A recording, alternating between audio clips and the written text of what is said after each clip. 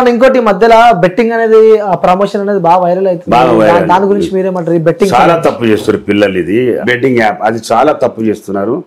చాలా మంది మీరు చూడండి నెలలో 2-3 చనిపోతున్నారు. ఎందుకంటే ఆడుకుంటుంది. అదొకటి చాలా తప్పు చేస్తున్నారు. కొని పిల్లలు ఎంబడి తిరుక్కుంటా వీడియోలు తీసి కొంతమంది దొంగన కొడుకులు ఆ వీడియోలు బ్లాక్ మెయిల్ చేస్తున్నారు. అలాంటి వాళ్ళు బుద్ధి తీసుకొచ్చి అంత కోపం వస్తున్నారు. వదిలా నాకు గిట్ట వస్తే పట్టుకొని కొట్టి పోలీస్ స్టేషన్లు ఇస్తాను. నేనైతే నేను వాళ్ళ పని పడతా ఎట్లయినా ఆలోచిస్తున్నాను అది. ఎందుకంటే చిన్న చిన్న అమ్మాయిలకు వాళ్ళకి తెలియదు పాపం. కూల్ డ్రింక్ లో తాగిపిచ్చేసి వాళ్ళతో నెక్కెడ్ ఫోటోలు తీసుకుంటా వీడియోలు తీసుకుంటా పెట్టి బ్లాక్ మెయిల్ చేస్తున్నారు. అలాంటి మనకు బయటకు వచ్చేటి ఒక 5-6 సబ్జెక్టులే 100 జరుగుతున్నాయి. అట్లా బ్లాక్ మెయిల్ చేసేది 100 జరుగుతున్నాయి. ఎందుకంటే మీకు తెలియదు అది నా దృష్టికి వస్తాయి. అవి వచ్చి చెప్తారు కాలేజ్ స్టూడెంట్లు చెప్తారు అన్న నా లవర్ని ఇట్లా చేసిరని. అంటే ఎవడైతే మోసపోతాడో ఆడు చెప్తాడు, ఎవరోడు చెప్పాడు ఎందుకు చెప్తాడు? పాంజాల వరకు కరెక్ట్ ఉంటాడు. ఇట్లా చాలా జరుగుతున్నాయి అన్నమాట. సో ఇవి మాత్రం బ్యాన్ చేయాలంటారు బెట్టింగ్ సంబంధించి? 101% బ్యాన్ చేయాలి. ఎవడన్నా అట్లా ఆడుతున్నట్టు చెప్తే కూడా నాకు చెప్తే పట్టుకొచ్చి నేను తీసుకొని జైలు లేపిస్తావని డైరెక్ట్ నా నంబర్ ఇస్తా కావాలంటే. చాలా తప్పు చేస్తారు. ఎందుకంటే అమ్మా నాన్న కనీ పెంచింది ఎందుకు?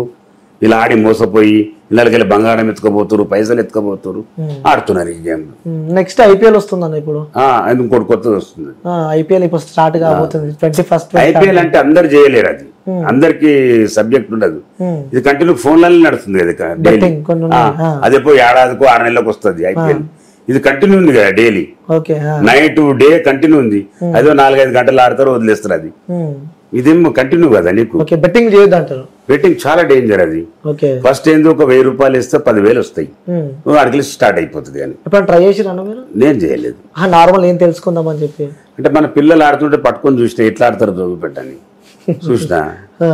అదే ఫస్ట్ వేస్తారు డబ్బులు ఆడు ఒకటి అని మొత్తం తీస్తారు. వాళ్ళు 10 రూపాయలు ఇచ్చి 100 రూపాయలు. ఇప్పుడు క్యాషినో అంతే, ఏదైనా అంతే. ఇవ్వడన్నా క్యాషినోలో పోయి 1-2 గెలుస్తారు అంతే. మీరు అంతా ఓడగొట్టుకొని వస్తారు ఎడిపోయినా. కానీ అన్న మీరు దుబాయ్ బాగా పోతుంటారు. ఒక బిజినెస్ పెడదాం అనుకుంటున్నా దుబాయ్ హోటల్ది. ఓకే. సో ఇటు మధ్యలో బెంగళూరు వచ్చిన చూసేసి బెంగళూరు కూడా వెళ్తున్నారు మధ్యలో బాగా. బెంగళూరులో నా ఫ్రెండ్ వాళ్ళది ఒకటి ఫామ్ హౌస్ ఉంది. వెళ్ళి రెస్ట్ తీసుకొని వస్తాం అక్కడ. ఫ్రెండ్స్ ఇట్లే పిలుస్తుంటారు కదా, వస్తుంటాను. ఓకే అన్న. సో చివరిగా ఈ సమాజానికి ముఖ్యంగా యువతకి ఈ మెసేజ్ ఇద్దామంటే ఏమి ఇస్తారు? నేను ఒకటే చెప్తున్నానమ్మా, మేము చిన్నప్పటి నుంచి కష్టపడి మేము అమ్మా నాన్నని చూసుకోలేదు, భార్య పిల్లలని చూసుకోలేదు, సిస్టర్లను చూసుకోలేదు, ఎవరిని చూసుకోలేదు. దయచేసి యూత్ కానివ్వండి, నా మీద ప్రేమ ఉన్న వాళ్ళు ఎవరన్నా కానివ్వండి, అందరికి ఒకటే విషయం చెప్తున్నాను. మంచిగా చదువుకోవాలి, అమ్మా నాన్నని చూసుకోవాలి, జాబులు చేసుకొని ఫ్యామిలీతో సెటిల్ అయిపోవాలి. ఈ డ్రింకుల దగ్గర పోవద్దు, ఈ దాని దగ్గరికి పోవద్దు, ఈ బెట్టింగ్ యాప్ దయచేసి అందులో పోవద్దు అని నా కోరిక. నా మీద ఏం ప్రేమ ఉన్నా కానీ మీరు ఆ పని చేయొద్దు. అంతే. నా మీద ఏం ప్రేమ ఉన్నా కానీ ఆ ఆట జోలికి పోకండి. ఓకే అన్న, థ్యాంక్ యూ అన్న, thank you so much. So viewers చూసారు కదా అమర్పేట్ శంకర్ అన్న ఇంటర్వ్యూ. సో నిజంగా చాలా ఇన్స్పిరేషనల్ జర్నీ అనుకోవచ్చు. సో గతంలో కొన్ని ఇష్యూస్ వల్ల అలా జరిగిపోయినాయి.